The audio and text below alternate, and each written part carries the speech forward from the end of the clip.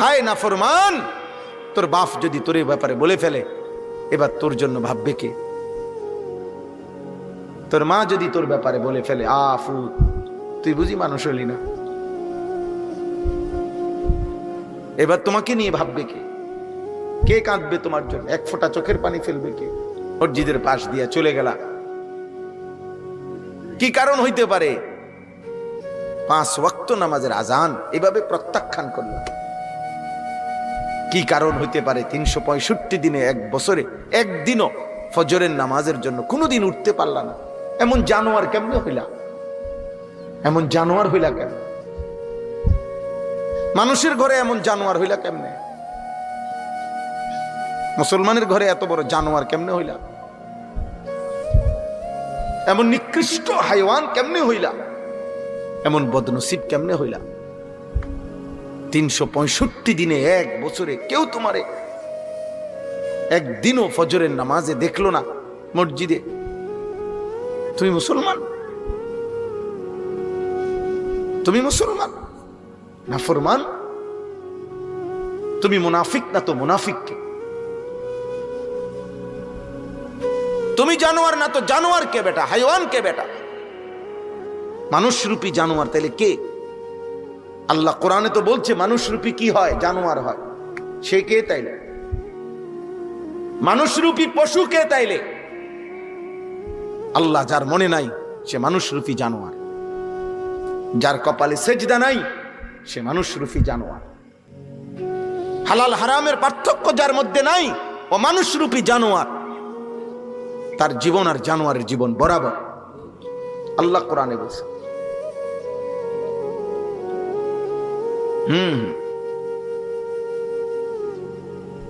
আমরা কিতাবে পড়ছি শয়তান সবচেয়ে বেশি কাঁদে কখন?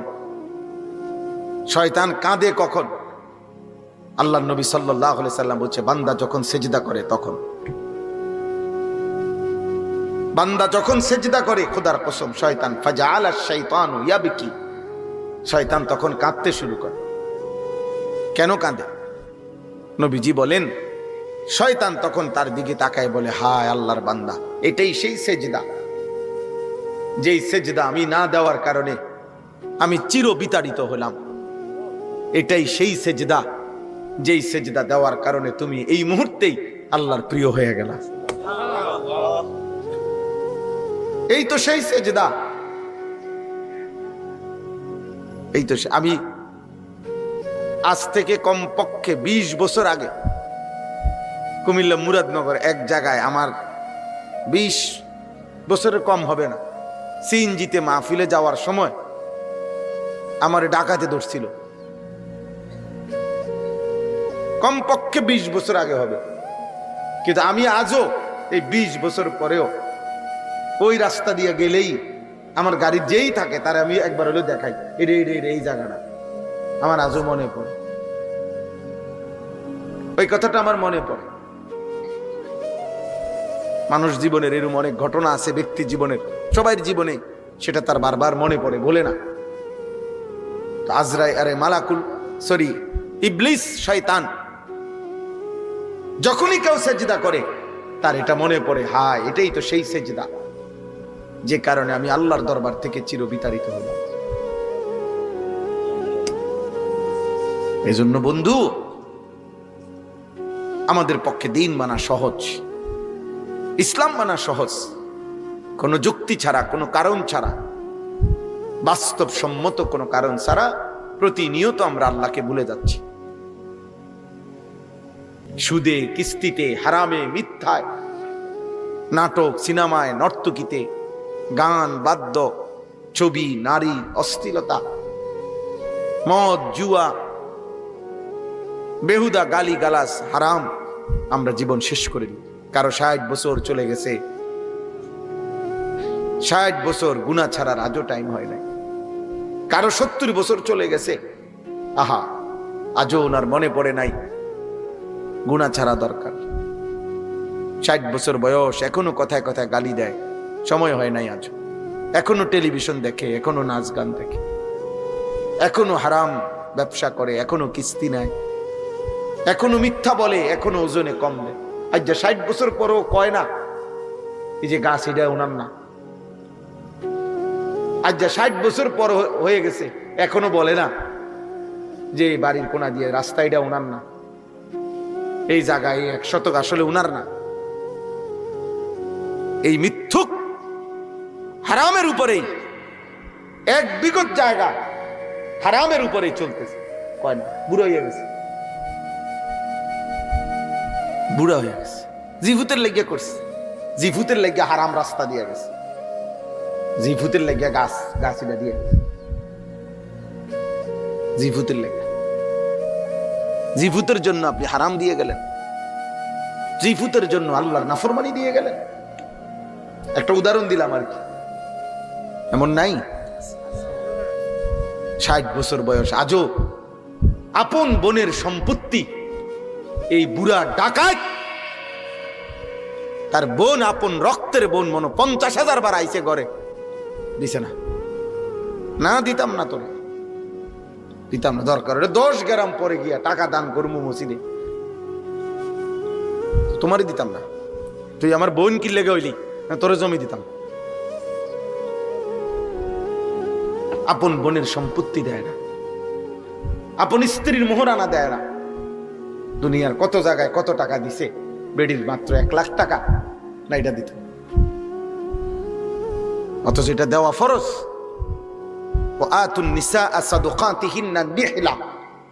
আল্লাহ বলছে তোমরা তোমাদের স্ত্রীদেরকে স্বাচ্ছন্দ্যে খুশি খুশি দিলে তাদের মোহর দিয়ে দাও, তাদের মোহরানার টাকা দিয়ে দাও। না এটা দিবে না, এটা গুড়া, এটা 900। আল্লাহ আমাদেরকে মাফ করে দেন। চাচা, গুনাহ ছেড়ে মাফ চাইতে হয়। আল্লাহ কোরআনুল কারীমের মধ্যে বলছে ইন্নী গাফফারুন লিমান তাবা ওয়া আমানা ওয়া আমিলা সালিহা। আমি তার জন্য গাফফার, 1 নম্বরে যে তওবা করে মানে গুনাহ ছেড়ে দেয়। তওবার প্রথম অর্থ হলো গুনাহ ছেড়ে দেওয়া। 2 নম্বর ওয়া আমানা, যে আমি আল্লাহর কথা মেনে নেয়। 3 নম্বর ওয়া আমিলা সালিহা, যে নেক আমল শুরু করে দেয়। আল্লাহ বলে আমি তার জন্য গাফফার, আমি তার 70 বছর না 90 বছরের গুনাহও মাফ করে দেব। কিন্তু গুনাহ শতভাগ জায়গাত রাইখা আপনি কিতা মাফ চান? গুনাহ জায়গাত রাইখা, হ্যাঁ, কাবা শরীফের ইমাম সাহেব আইনাও যদি আপনি টাকা দিয়া পয়সা দিয়া তওবা করান, কিতা তওবা? ইমাম সাহেব কি এর তওবা ফরায়? ইমাম সাহেব জানিনি আপনি এই পর্যন্ত কত জমি মেরে দিছেন? কথা কয় না। কত টাকা সুদ খাইছেন আপনি জানেননি? ইমাম সাহেব জানেনি? ইমাম সাহেব যে টাকা 500 দিয়ে দায়িত্ব দিলেন পুরো আখিরাতটা ক্লিয়ার করে দিতে, কি তা ঘটনা কি? হ্যাঁ, আখিরাত ইমাম সাহেবের আব্বার সম্পত্তি, হাসরের মাঠ ইমাম সাহেবের বাপের জমিন। তো তওবা কই? তওবা মানে হলো গুনাহ ছেড়ে দেওয়া। কথা বুঝছেননি আব্বা? ছেলেরা বাবা বুঝছো কিনা বলো? তওবা মানে গুনাহ ছেড়ে দেওয়া রে বাপ।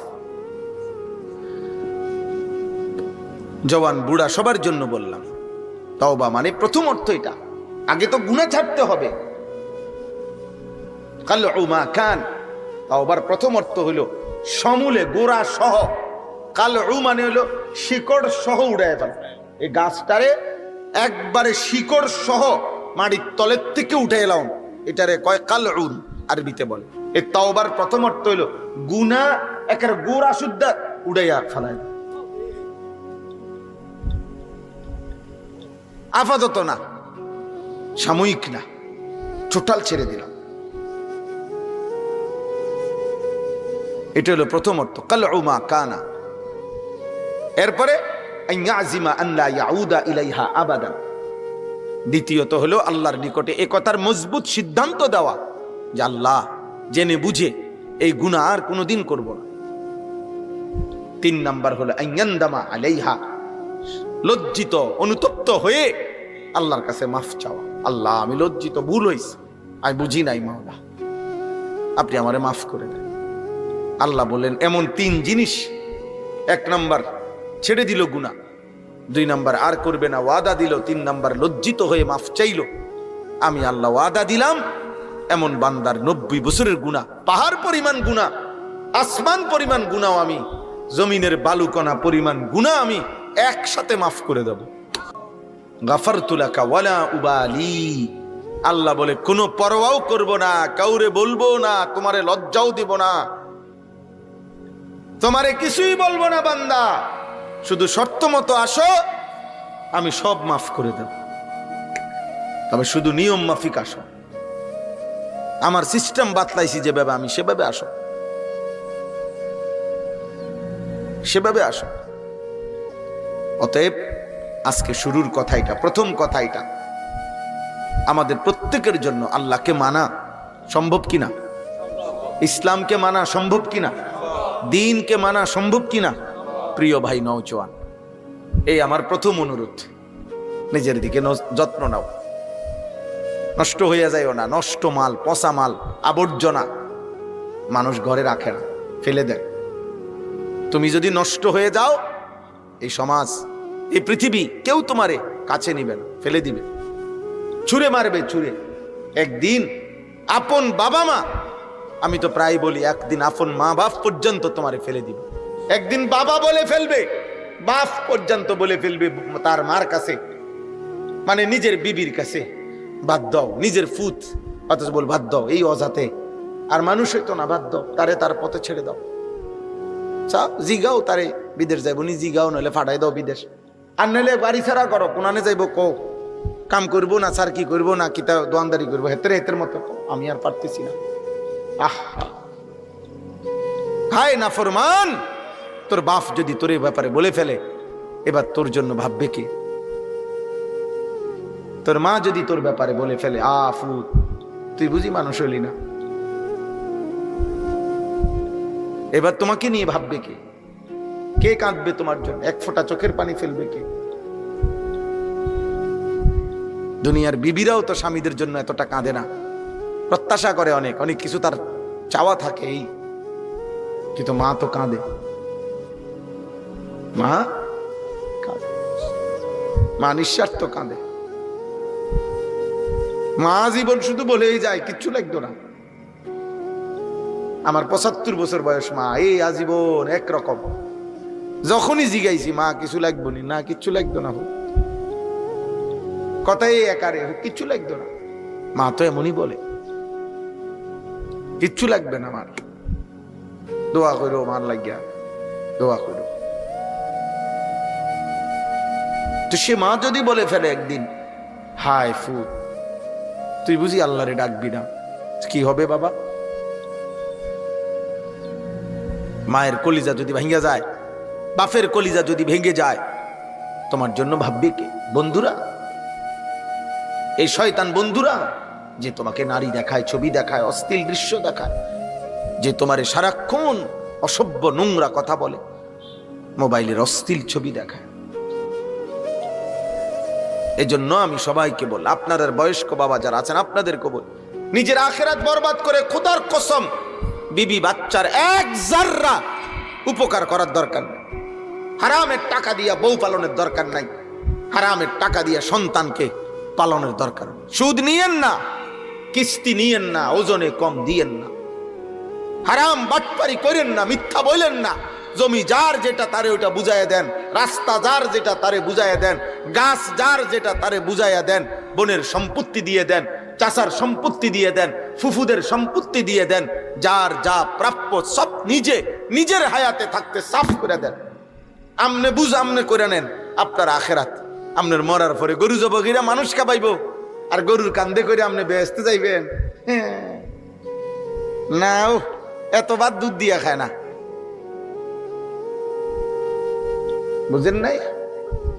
হ্যাঁ বেটা বুঝছে, আবার ওনারে বুঝাইছে যে আব্বা আপনি টেনশন করেন না, আপনি চিটারি বাটফারি করে যেমনি পারেন আপনি ঠিক করে যান, পরে আল্লাহর রহমতে গরু জবাই করে দিন, আপনি লেগে গের আমি ভাত খাবাই দিব, সবাই মিললে আপনার ব্যস্ত আলগি দিয়ে দিয়ে ফেলব। বুঝেন নাই? গরুর কান্দে করে বেহেস্তে যাবেন। আপনার মৃত্যুর পরে তো যদি আপনার জন্য 1 কোটি টাকা খরচ করে, আপনার তো 1 টাকারও তখন দরকার নেই, আপনি তো মরিয়ে গেছেন। কথা বুঝেন নাই? এখন তো আমার 1 টাকাও দরকার, আমার মরার পরে তো আমার 100 কোটি টাকাও আমার কি দরকার? আমার দরকার কখন? এখন না, এখন আমার টাকা, আমি বাইচা আছি, আমার টাকা তো এখনই না আমি আল্লাহর পথে খরচ করব। এখনের 1 টাকা আর আমার মৃত্যুর পরে আমার জন্য 100 কোটি টাকা খরচ করলে বরাবর 1 টাকার দাম বেশি, কারণ এখন তো আমার প্রয়োজন, এখন তো আমার প্রয়োজন। আল্লাহ আমাদেরকে মাফ করে দেন। আমাদের প্রত্যেকের আমাদের ব্যাপারে নিজেদের একটা বড় গাফলতি। আমরা যাও কিছু আছে শারীরিকভাবে কিছু ইবাদত কম বেশি যাও আমরা করি, কিন্তু আমাদের যে অর্থ আল্লাহর দেওয়া, এই কথাটা আমরা বুঝতে চাই কম। আমাদের যে টাকা পয়সা, আয় উপার্জন, জায়গা জমি, এটা যে আমাদের আল্লাহর দেওয়া এবং এটার মধ্যে যে আল্লাহর হুকুম আছে, এটা যথোপযুক্ত বুঝার চেষ্টা করা আমাদের মধ্যে এই মানসিকতাটা কম, এটা কম। এই জন্যই বললাম। অথচ ইসলামের 3টি মৌলিক বিধান, গুরুত্বপূর্ণ বিধান, 2টা ফরজ, একটা ওয়াজিব। এটা আমাদের আর্থিক, আমাদের আল্লাহর দেওয়া অর্থ যেটা উপার্জন, আমাদেরকে আল্লাহ যা দিছে, যাকে যা তার সাথে সম্পৃক্ত। একটা হলো যাকাত, একটা হলো হজ, একটা হলো কুরবানি। এই 3টি আমল স্বাভাবিক দান সদকার সাথে সম্পৃক্ত না। দান সদকা তো ইচ্ছা মাফিক। আমি বলছি মাদ্রাসার জন্য কিছু দেন, আমি বলছি মসজিদের জন্য কিছু দেন, আপনি দিলেন 10 টাকা, উনি দিল 100 টাকা, আরেকজনে দিল 1000 টাকা, ঠিক আছে, এটা তো নফল। কিন্তু যাকাত তো এমন না যে আপনারা প্রত্যেকেই যাকাত দেন যার যার মতো করে, না না, যাকাত এমন না। যাকাত ইসলামী শরীয়তের একটি ফরজ বিধান, এবং এই ফরজটি আপনার সম্পত্তির উপরে বছরে একবার নির্দিষ্ট সময় আপনি বছর ঠিক করবেন। প্রতি বছর আপনি একটা টাইম ঠিক করবেন যে আমি বছরে এই 1 দিন, এই 2 দিন হিসাব করমু আমার সম্পত্তি আছে কি কি। আমি একজন আলেম থেকে এই 3 দিনে, এই 4 দিনে বুঝে নেব, সেটা রমজান হোক, রমজানের আগে হোক, রমজানের পরে হোক। আপনার এটা দায়িত্ব যে হুজুর আমার মোট জমিয়ে দূর, আমার ব্যাংকে টাকা আছে কয় টাকা, আমার কাছে জমা আছে এত, অথবা আমার বিবির হিসাব, আমার স্ত্রীর গহনা আছে এত বড়ি, আমার স্ত্রীর কাছে জমা টাকা আছে এত। এটা হিসাব করে আপনি বলে দেন আমার উপরে যাকাত আসবে কিনা, আসলে কত টাকা। সোজা মাসালা, সহজ কাজ। আমাদের প্রত্যেকের উপরে এটা ফরজ, কিন্তু ইচ্ছা করে আমাদের কোটি কোটি মুসলমান এটা বুঝতে চায় না, জিজ্ঞাসাও করে না। শুধু তাবিজ আছে নি হুজুর, দোয়ানে ঝুলাইয়া রাখতাম, লাল কালি দিয়া লিখে দিবেন এমন কোন তাবিজ, 110 টাকার কোন তাবিজ যেটা দোকানে ঝুলাইয়া দিলে কাস্টমারের যেন একটা সাফাসাফি লাগে, বেচা কিনা যাতে ভালো হয়, এরকম তাবিজ লাগলে আরো দেন। অনেক দোকানে গেলে দেখি চারিদিক দিয়ে লাল লাল এরকম কি ঝুলানো তাবিজ, ব্যবসা বরকতের তাবিজ। হ্যাঁ বরকত, উনি কিস্তি লয়, আর আমার দায়িত্ব হলো দোয়া করে দিতাম যাতে ব্যবসা বরকত হয়। হারাম খোর তোর জন্য কি দোয়া করতো? এই বেটা, কিস্তি করতো হারাম খোর বেটা, সুদ করতো হারাম খোর বেটা, হারাম খোরের জন্য আবার দোয়া কিসের? অবৈধ উপার্জনকারীর জন্য আবার কিসের দোয়া বেটা? দোয়া যদি করতে হয় তাহলে দোয়া তো হবে এটাই যে আল্লাহ আপনি তার হারামের মধ্যে 1 পয়সার বরকত দিয়েন না, আপনি তারে হারাম থেকে বাঁচার তৌফিক দেন, আরে তারা আল্লাহ ফিরিয়ে দেন। এটা না তার জন্য দোয়া। বুঝেন নাই কথা? এটা না মূল দোয়া। আল্লাহর নবী সাল্লাল্লাহু আলাইহি ওয়াসাল্লাম বলেন, যে ব্যক্তির উপরে যাকাত ফরজ হলো অথচ সে যাকাত দিল না, আল্লাহর কসম নবীজি বলছেন কিয়ামতের দিন তার সম্পত্তি অত্যন্ত বিষধর সাপ আল্লাহ আকৃতি দিবেন, যেই সাপের 2টা মুখ, যেই সাপের মাথার মুখ উপরে চুল নাই, টাক অর্থাৎ এত বিষধর, বিষের কারণে মাথার টাক বরাবর চুল নাই, এরকম দুই মুখ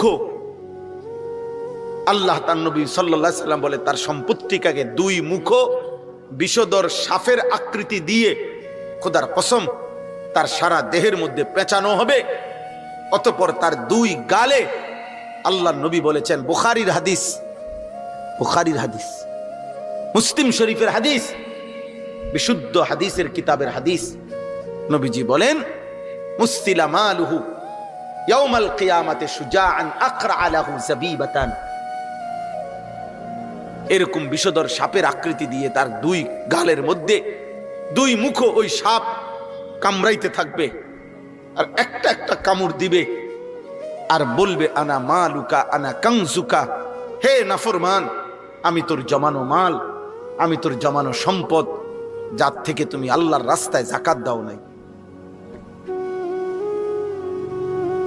হ্যাঁ, এটা বুখারীর হাদিস, বিশুদ্ধ হাদিস। এবার কোরআন কি বলছে? কোরআনুল কারীম আল্লাহ তাআলা বলছে, আমার দেওয়া সম্পত্তি থেকে যে যাকাত দিল না, কিয়ামতের দিন তার সেই সম্পত্তি জমা করে একসাথ করে ফুটবলের মতো গোল বানাইয়া জাহান্নামের আগুনের মধ্যে পোড়ানো হবে। অতঃপর পোড়াইয়া এই গোলাকার ফুটবলের মতো তার সম্পত্তিটাকে আগুনে পোড়াইয়া, খোদার কসম আল্লাহ বলছে, তার কপাল, কোমর এবং পিঠ, এই তিন জায়গায় হাসরের মাঠ যতক্ষণ চলবে অতক্ষণ দাগ দেওয়া হবে একটার পরে। ইয়াউমা ইউহমা আলাইহা ফি নারি জাহান্নাম ফাতুকওয়া বিহা জিবাহুহুম ওয়া জুনুবুহুম ওয়া যুহুরুহুম হাদা মা কানাসতুম লিআনফুসিকুম। আল্লাহ বলেন, ফেরেশতা তখন বলবে, হে নাফরমান, যা দিয়ে তোমাকে দাগ দেওয়া হচ্ছে আগুনের দাগ, এটা তোমার জমানো সম্পদ, যা যাকাত দাও নাই। ফাযুকু মা কুনতুম তাকনিজুন। আল্লাহর পথে যাকাত না দিয়ে যে সম্পদ জমা করেছিলে নাফরমান, আজ হাসরের ময়দানে তুমি সেই সম্পদের মজা এবং স্বাদ ভোগ করতে থাকো। নাউযুবিল্লাহ, নাউযুবিল্লাহ। এই জন্য আব্বা, এই এক নাম্বার বললাম যাকাত, দুই নাম্বার হলো হজ। দুই নাম্বার কি? হজ। একটি ফরজ ইবাদত, ইসলামের মৌলিক যে পাঁচটি ভিত্তি তার মধ্যে একটি হজ। আল্লাহ নবী সাল্লাল্লাহু আলাইহি ওয়াসাল্লাম বলছেন, কি সাংঘাতিক কথা! নবীজি তার জীবনে আমার মনে হয় আর কোন পাপের কারণে এত বড় ভয়ানক কথা নবীজি বলে নাই। এমন মারাত্মক কথা, মানুষের জীবনের সবচেয়ে গুরুত্বপূর্ণ হলো তার মৌতটা কিসের উপরে হয়েছে। দুনিয়া মানুষ যদি 90 বছরও নাফরমানি করে করে কাটাইছে রে ভাই, কিন্তু যদি মৃত্যুটাও শেষ পর্যন্ত ইমানের মৃত্যু হয় তো ভাগ্যবান। যাক, বাচ্চা গেল,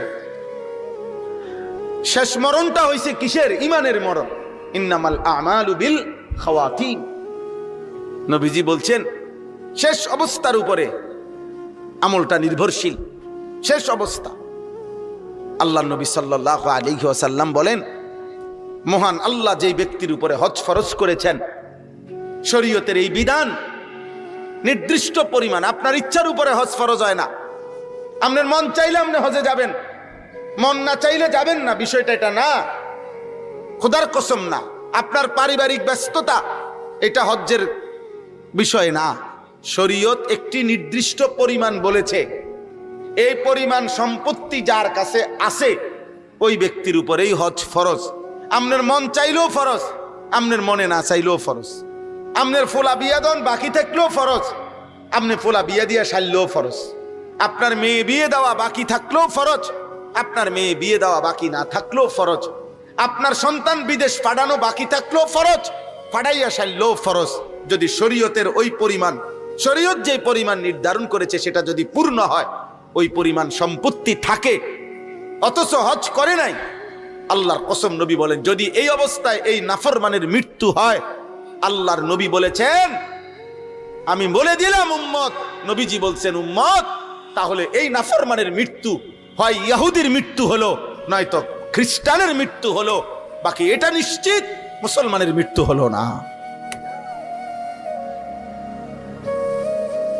তার মরণ হইছে বেঈমানের মরণ। এটা যদি নবীজি বলে ফেলে, এরপরে কি কথা থাকে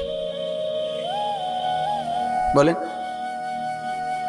ফালিয়ামুত ইনশা ইয়াহুদিয়ান ওয়া ইনশা নাসরানিয়ান ফালা আলাইহি আন ইয়ামুতা ইয়াহুদিয়ান ওয়ালা নাসরানিয়ান। এখন হজ্জের মাস, এই জন্যই কথাগুলো আমি আর অল্প একটু আপনাদেরকে এরপরে একসাথে আয়াতের তর্জমা শোনাবো অল্প সময়ে।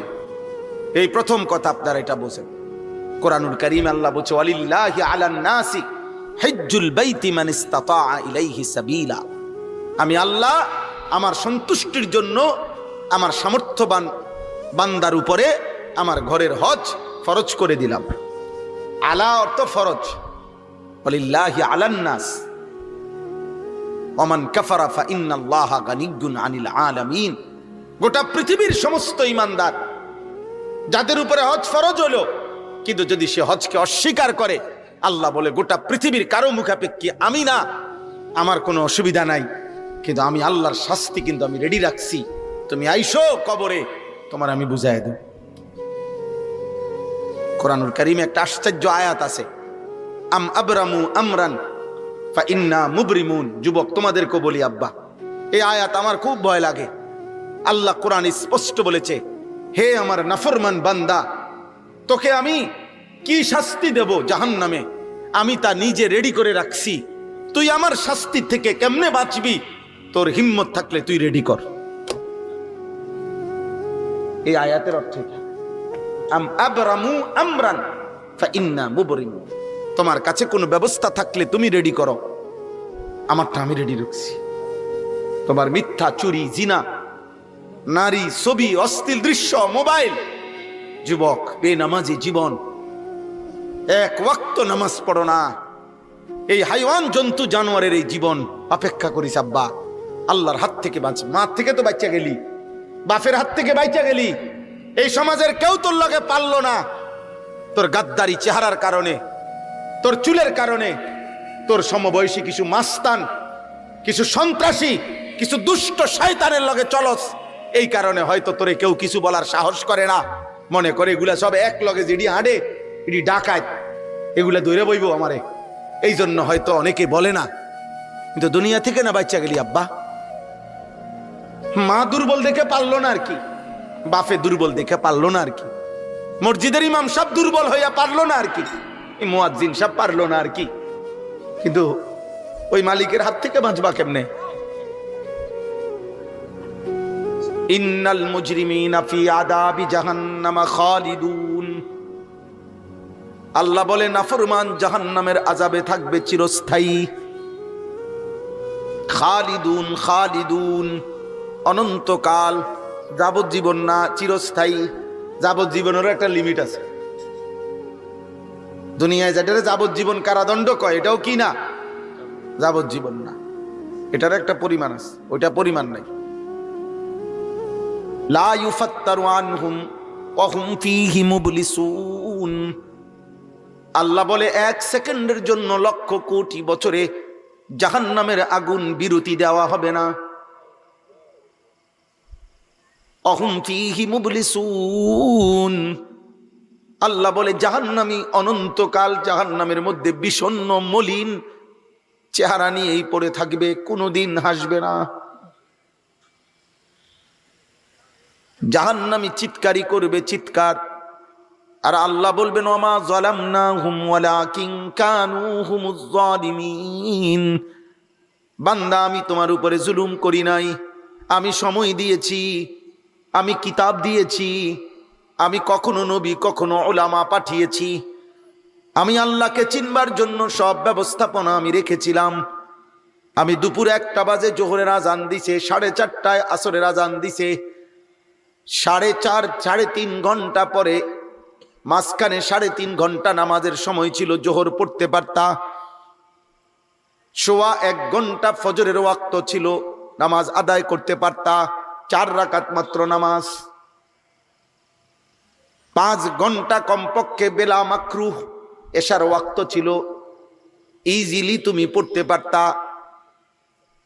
আমি জুলুম করি নাই বান্দা, আমি জুলুম করি নাই। সময়ও দিয়েছি, হায়াতও দিয়েছি, কিতাবও দিয়েছি, বুঝাইয়া বলার জন্য উলামা, আউলিয়া, ইমাম, খতিব, ওয়াইজ, বক্তা, পীর, বুজুর্গ সব পাঠাইছি। আমি কি করলাম বান্দা? আমি তো সব ইন্তজাম করেছি। আমি তো মসজিদের মাইক দিয়া 5 ওয়াক্ত নামাজ মুয়াজ্জিনকে দিয়া শুনাইছি। আমি কতবার ডেকেছি হাইয়া আলাস সালাহ, তুমি নাফরমান, একবারও সাড়া দিলা না। তুমি আমার কথায় পাত্তাও দিলা না। তুমি তো জুলুম করেছো নিজের উপরে। অনাদাউ ইয়া মালিকু লিয়াকদি আলাইনা রাব্বুক। আল্লাহ বলে জাহান্নামী জাহান্নামের আগুনে অস্থির হয়ে সর্বশেষ ফেরেশতা মালিক, জাহান্নামের ফেরেশতাদের সর্দার যিনি, ওই ফেরেশতাকে ডেকে বলবে, হে মালিক ফেরেশতা, আল্লাহকে তুমি একটু বলো না আমারে মৃত্যু দিয়ে দিতে। এই আগুন আমি আর সইতে পারি না, আমারে চিরতরে মৃত্যু দিয়ে দিতে বলো, আমি একদম মরে যাই। ক্বালা ইন্নাকুম মাকিসুন। আল্লাহ বলে, ফেরেশতা বলবে, না নাফরমান, অনন্তকাল জীবিত থেকেই এই আগুনে পড়ে থাকতে হবে, কোনদিন মৃত্যু হবে না। এর পরের আয়াত হইল আম আবরামু আমরান ফাইন্না মুবরিমুন। আল্লাহ বলেন, হে নাফরমান, তোকে আমি যেই শাস্তি দেব, মিথ্যা, চুরি, ডাকাতি, জিনা, ব্যভিচার, মদ, জুয়া, হে মা, হে বোন, বেপর্দা, বেহায়াপনার কারণে, আল্লাহ বলেন আমি তোমার শাস্তি সব আইটেম জাহান্নামে রেডি রাখছি। তুমি আমার আযাব থেকে কেমনে বাঁচবা বান্দা? তোমার লোক তুমি রেডি করো। তোর কে কে আছে তোর বন্ধুরা বলে রাখিস। তোর কোন কোন আব্বা আছে তোর আব্বারে বলে রাখিস। তোর নেতা কেডা নেতারে বলে রাখিস। তোর কর্মীকে কর্মীরে বলে রাখিস। তোর আমেরিকার আব্বারে বলে রাখিস। তোর ট্রাম্প আব্বারে বলে রাখিস। তোর নেতানিয়াহু আব্বারে বলে রাখিস। বল, আমিও দেখাবো তোকে, আমিও দেখাবো। ফিরে আসো ভাই, আল্লাহকে সেজদা দাও, আল্লাহকে সেজদা দাও। ঘুরে ঘুরে আমি ফেরিওয়ালার মতো এক কথাই বলি, ফেরিওয়ালা মাল বদলায় না। ফেরিওয়ালা ফেরি করে, একই পণ্য প্রতিদিন বিক্রি করে। আমরাও প্রতিদিন আখেরাত কথা বলি, আখেরাতের ফিকির করি, আখেরাতের ফেরি করি। কতজন কত বিদ্রুপ করে, ঠাট্টা করে, যে যাই করুক, কত ষড়যন্ত্র।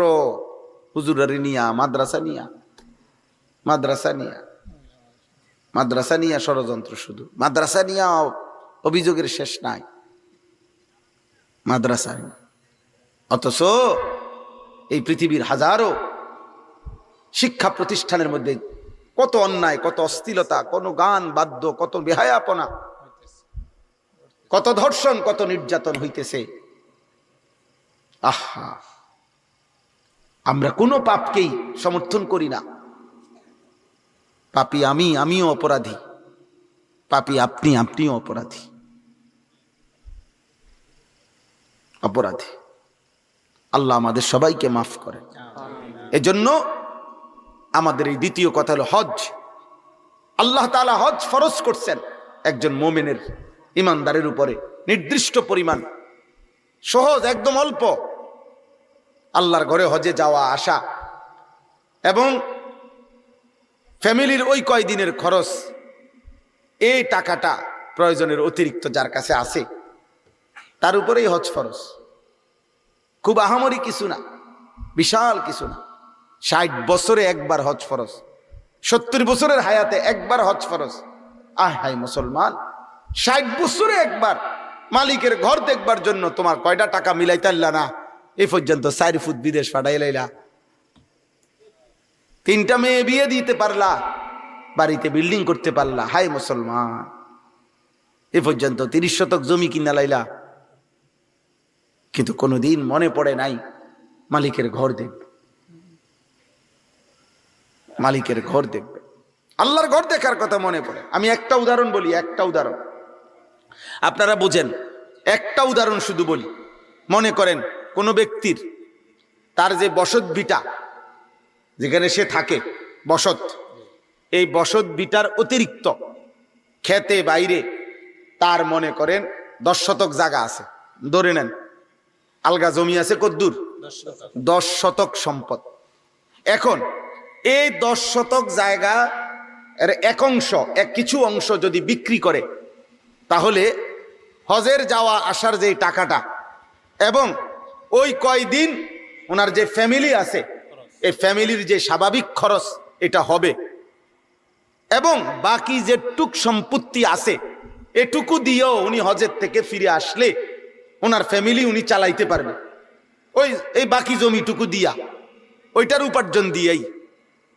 আচ্ছা আরো ভাঙ্গা বলি, মনে করেন 10 শতক জায়গা, তো 10 শতক জায়গার মধ্যে 3 শতক জায়গা এখন সর্বনিম্ন মানে স্বাভাবিকভাবে এখন বর্তমানে সর্বোচ্চ যদি 6 লাখ টাকা হয়, স্বাভাবিক মধ্যম মানের যে কোনো কারো পক্ষে হজে যাওয়া সম্ভব। তাহলে কত? 6 লাখ, আমি ধরলাম 6.5 লাখ, তো 6.5 লক্ষ টাকা ধরেন। আর ফ্যামিলি 1.5 মাস সর্বোচ্চ 45 দিন থাকে ওইখানে, আসা যাওয়া সহ মক্কা মদিনা মিলাইয়া প্যাকেজেই 45 দিন 43 দিনের, তো 45 1.5 মাস, তো 1.5 মাসে আপনার ফ্যামিলির বাজার খরচ, ওষুধপত্র, নিত্য প্রয়োজনীয় জিনিসের খরচ ধরেন আরো 1.5 লাখ, ধরে নিলাম 1.5 লক্ষ টাকা লাগবে মনে করেন, তো কত হইলো? 6.5 আর 1.5 লাখে কত? 8 লাখ। বুঝছেন না আমার হিসাবটা? এবার ওই 10 শতক জমির মধ্যে 3 শতক জমি বিক্রি করিলে মনে করেন 3 3 9 লাখ, 4 শতক বিক্রি করিলে 4 দুগুণে 8 লাখ, এরকম ধরে নেন। হয় 2 লাখ টাকা শতক, 3 লাখ টাকা শতক, আমি ধরলাম আর কি একটা হিসাব।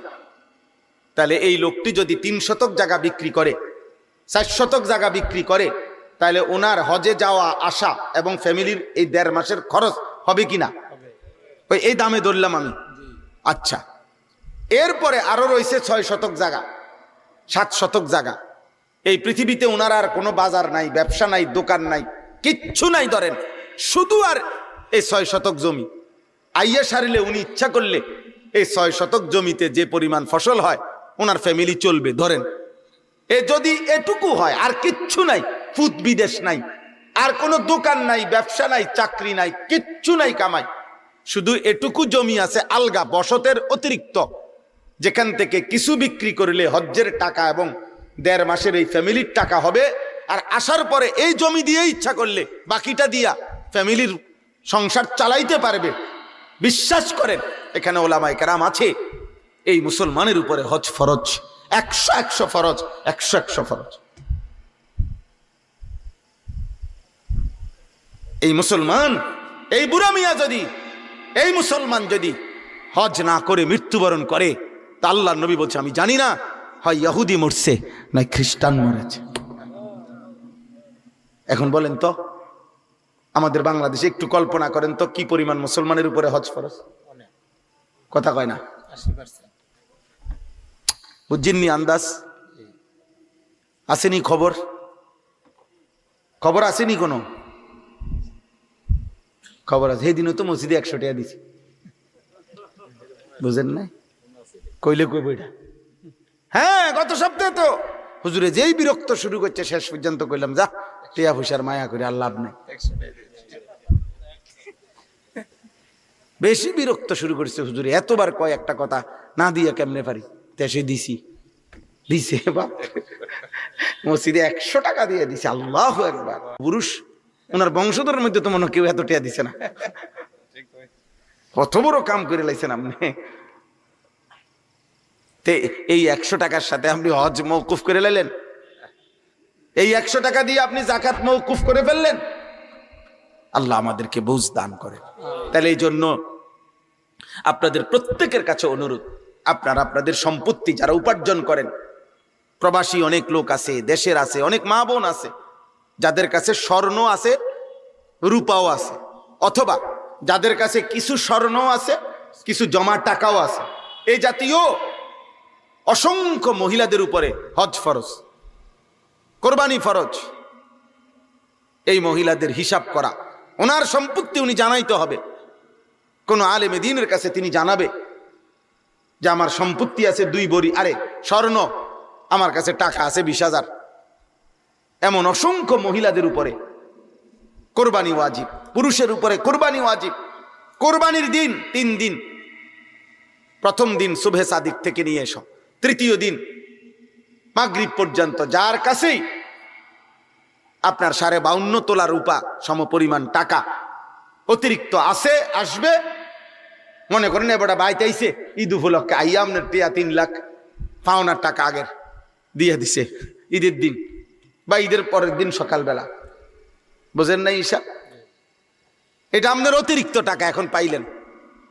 আপনার উপরে এই 52.5 ভরি রূপার দাম যদি হয় এই 3 লাখ টাকা, তাইলে আপনার উপরে কোরবানি ওয়াজিব। আপনি এই কোরবানি দিতে হবে। আর যদি না দিতে চান, এই টাকাটা বেড়ারে মাফ করে দিতে হইব। ভাই নিজ্ঞান, আপনি টেহা নিজ্ঞান, আমার নাহলে কোরবানি দেওয়া লাগবে। আপনি 3 লাখ টাকা আপনি দিয়া আমার 20,000 টাকা সেভ করলাম, এমন করলে হবে নি? না, আল্লাহ তো দেখছেন। আল্লাহ কি দেখছেন কিনা বলেন? রাসূলুল্লাহ সাল্লাল্লাহু আলাইহি সাল্লাম বলে দিছেন, তখনকার যুগে ছাগল বকরি হিসাব করে যাকাত দিত। এই হিসাবে যাতে যাকাত না আসে, এজন্য 2-1 জনে কৌশল বাইর করছিল, আপনার ছাগল কমায় লাইতো, 3-4 খানে কি করতো, এটা ছড়ায় রাখতো, হেনে 30টা, হেনে 40টা, হেনে 70টা, নাই আমার কাছে এতটি নাই, 150টা ছাগল একসাথে নাই, আসলে ওই 3-4 খানে থুই আইছে। নবী সাল্লাল্লাহু আলাইহি ওয়াসাল্লাম স্পষ্ট ভাবে নিষেধ করছে যাকাত থেকে বাঁচার জন্য, তোমরা এমনটা কোনোভাবেই করো না, এমনটা করো না। আমার ভাই, অনেক রাত হয়েছে, আপনারা কষ্ট করছেন, কিন্তু আপনাদের কাছে এই মৌসুম এখন হজ্জের মৌসুম, কোরবানির মৌসুম, এই জন্য বললাম। নবীজি বলছে যার সামর্থ্য আছে অথচ কোরবানি আদায় করে নাই, খোদার কসম নবী বলছে ফালা ইয়াকরাবান্না মুসাল্লানা, সে যেন আমাদের ঈদগাহে না আসে, সে যেন মুসলমানদের সাথে নামাজে না আসে। তুমি আইসো না।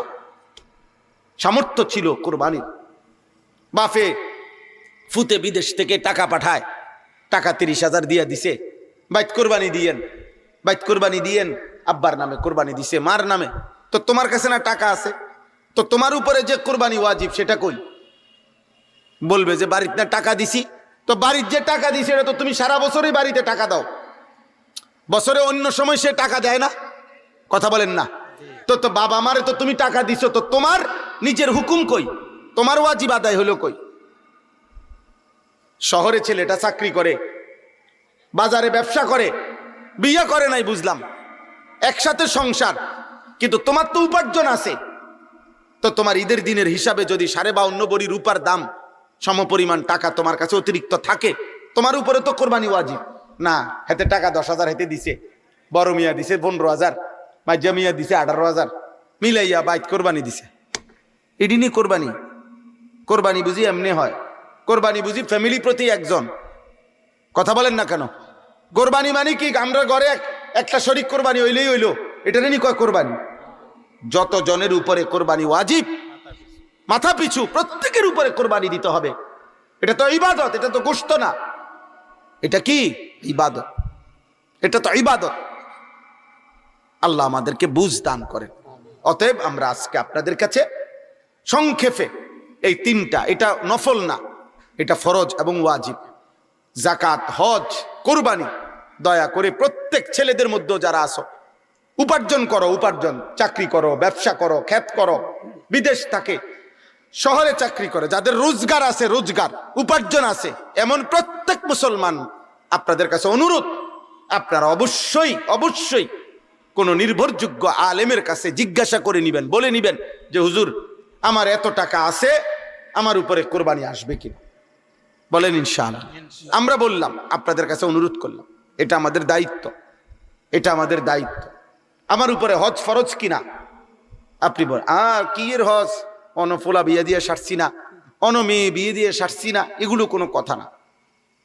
এগুলোর সাথে কোনো হজ্জের বিধান নয়। হজ আল্লাহর পক্ষ থেকে ফরজ ইবাদত।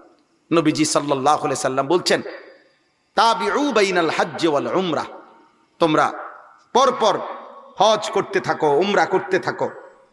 নবীজি ওয়াদা দিছেন, হজ করিলে, উমরা করিলে, আল্লাহর কসম নবী বলছে, তোমাদের দারিদ্রতা, অভাব এবং গুনাহ এভাবে মুছে যাবে, মিটে যাবে, সরে যাবে, যেভাবে লোহা, স্বর্ণ, রৌপ্য আগুনের মধ্যে ঝংকার পুরাইবার জন্য আগুনে দিয়া যেমনি লোহার ঝংকার, স্বর্ণের খাদ যেভাবে পরিষ্কার করে, আল্লাহর নবী বলেন হজ এবং উমরা তোমাদের অভাব, দারিদ্রতা এবং গুনাহ এভাবে পরিষ্কার করে। সুবহানাল্লাহ। ফাইন্নাহুমা ইয়ানফিয়ানি ফাকরা ওয়াদ দুনুব। নবীজি বলছেন, মা আমআরা হাজ্জুন কাত্তু, হাজি আল্লাহর ঘরে খরচ করে কোনোদিন ফকির হবে না, অভাবী হবে।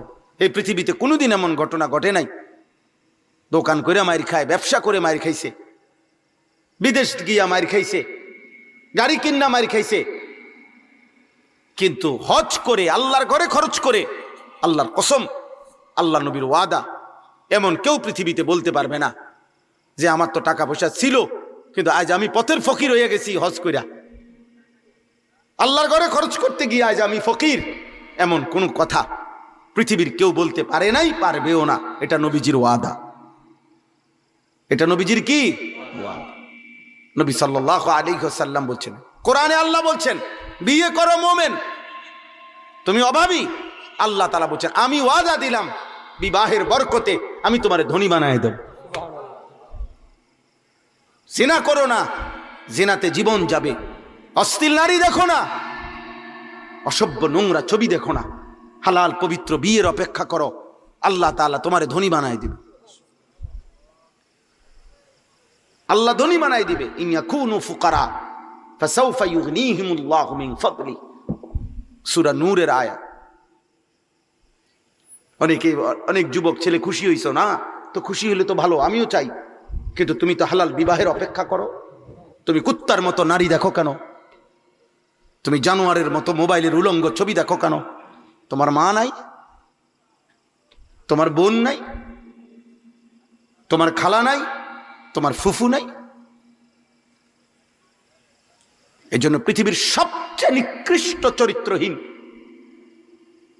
সবচেয়ে বেশি দুশ্চরিত্র, একেবারে সর্বনিকৃষ্ট হাইওয়ান, জন্তু, জানোয়ার ওই মানুষ যে মানুষ নারীর অস্থির ছবি দেখে, নারীর সাথে হারাম সম্পর্ক করে, ও বেশি খারাপ। ওইটা একেবারে পচা, এটা একেবারে নিকৃষ্ট, এটা একেবারে নিকৃষ্ট। এটা কোনোভাবেই এটা কোনো মানুষের জাতে না, কোনোভাবেই না। তুমি ফিরো আব্বা, এই চেহারা তোমাদের অনেক ছেলের চেহারা বোঝা যায় আব্বা, আমার যদি বলো আমি বলতে পারবো। মোবাইল তোমার ঘরে নষ্ট করে দিছে, নারীর ছবি তোমাদেরকে নষ্ট করে দিছে, আল্লাহ বুলাই দিছে। একটা সেজদা দিত কোনোদিন কদ্দুর বিবেকে কেউ মনেও করায় না।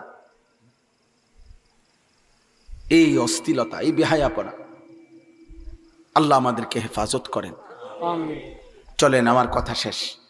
আমরা ফিকির করি, এই কোরআনুল কারীম আল্লাহ তাআলা এখানে বলছেন, নবীকে আল্লাহ, ইব্রাহিমকে আল্লাহ বলছেন, আল্লাহ তাআলা বলছেন আপনি আমার পক্ষ থেকে হজ্জের ঘোষণা দেন।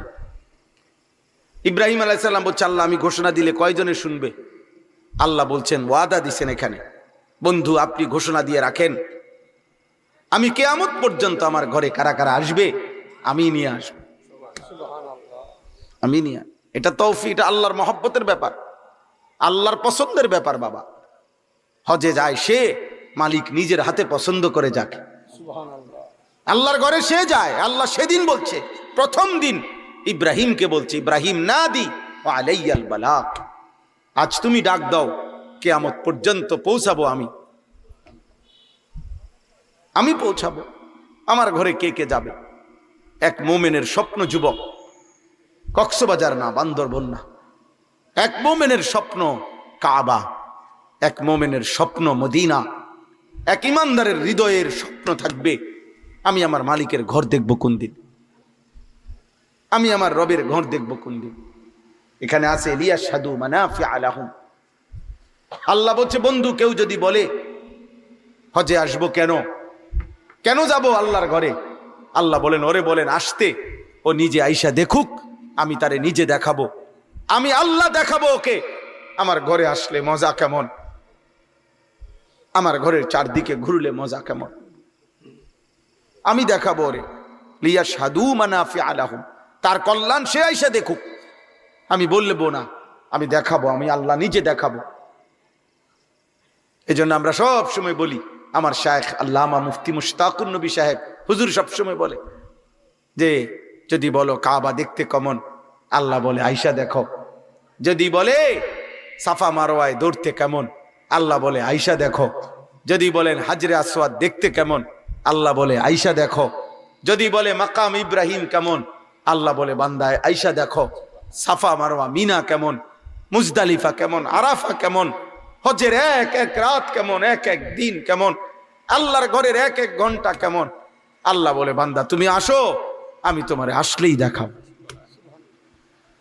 এই জন্য তোমরা সবাই নিয়ত করে, জোয়ান ভাই তোমরা নিয়ত, 1000 টাকা আলাদা করে নিয়ত করো, আমি আল্লাহর ঘরে যাব, আল্লাহর ঘরে যাব।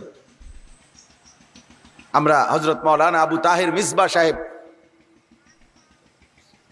হযরতের হজ্জে যে বছর গেছে, ওনার কিতাবের মধ্যে আছে বাইতুল্লাহর মুসাফিরে, এক বাচ্চা, ছোট্ট বাচ্চা আল্লাহর ঘরে যাইতেছে, উনি ওনারে 2টা চকলেট হুজুরের হাতে দিয়া বলছে, তুমি আল্লাহর ঘরে যাচ্ছ, আমার পক্ষ থেকে আল্লাহকে দিও। এই 2টা চকলেট বলছে, কয় যে আল্লাহরে দিও, তুমি আল্লাহর কাছে না যাচ্ছ, আল্লাহকে দিও এটা। হযরত মাওলানা আবু তাহের মিসবা সাহেব বলেন, আমি এই 2টা চকলেট নিয়ে গেছিলাম মক্কায় আল্লাহর ঘরের কাছে, আর মনে মনে ভাবতেছিলাম আমার এই বাচ্চার আমানত আল্লাহকে দিতে বলছে, আমি কেমনে দিমু, আমি কি করব এটা। তখন তিনি বলেন, আমার একটা হাদিস মনে পড়ছে, আল্লাহ পাক হাদিসে কুদসিতে বলছে, আমার কোনো ক্ষুধার্ত বান্দাকে যদি তুমি খাওয়াইতে, সেটা আমাকেই খাওয়ানো হইতো। কয় তখন আমি সেই 2টা চকলেট একটা ফকির, একটা অভাবী মানুষ যে হাত পাচ্ছে, তার বাচ্চাটার হাতে তুলে দিছি, আমি বাচ্চার আমানত বুঝাই দিছি।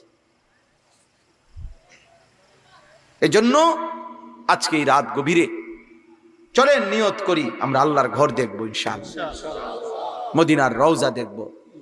রাসূলুল্লাহ সাল্লাল্লাহু আলাইহি সাল্লামকে কতদিন থেকে আমরা ডাকি, কতবার নবীর নাম নিলাম, তিনি আছেন মদিনায়, ওনার কাছে গিয়া দেখবো না আমরা? এই আকাঙ্ক্ষা যদি হৃদয়ে না থাকে, মোমেন কিসের, মোমেন কিসের? আমার এক পরিচিত মাওলানা, উনি গত বছর উমরার সফরে, ওনারে আমি যখন নবীজির রওজার সামনে নিয়ে গেছি, দেখি সে কাঁদতেছে। পরে বাইরে হইয়া কইলাম, কাঁদলি কেন? কাঁদতেছিলাম আর ভাবতেছিলাম যে হায় এতদিন কেন আসলাম না, কেন আসলাম না আপনার কাছে। এই জন্য আমরা প্রত্যেকে ইনশাআল্লাহ আল্লাহর ঘর দেখার নিয়ত করি। বলেন ইনশাআল্লাহ, বলেন ইনশাআল্লাহ। আল্লাহ সবাইকে তৌফিক দান করেন। কিশোর ভাই, যুবক ভাই, নামাজ পড়ো, আব্বার নিজের উপরে দয়া করো, তোমার ভালো তুমি করো। এই পৃথিবীর কেউর সময় নাই তোমার নিয়ে ব্যস্ত হওয়ার, তোমার ভাবনা তুমি ভাবো। এমন সুন্দর জীবন, নারী ছবি দেখে নষ্ট করো না। এমন রাত, এমন হায়াত আর ফিরবে না, নিজেরে বরবাদ করে দিও না। আল্লাহ আমাদের সবাইকে তৌফিক দান করে। এই মাদ্রাসাটা আল্লাহ তাআলা কবুল করে নেন। মাওলানা সাহেব বললেন, ওনার আব্বারে দেখাইলেন, অনেক কষ্ট, অনেক ভালোবাসা নিয়ে নতুন মাদ্রাসাটা শুরু করেছে। মুসলমানের মেয়েদেরকে দিন শেখাবে। আল্লাহ তাআলা যেন শতভাগ পর্দা পুশিদার সাথে, তাকওয়ার সাথে, গুনাহমুক্ত পরিবেশে মাদ্রাসাটা আল্লাহ যেন কবুল করে নেয়।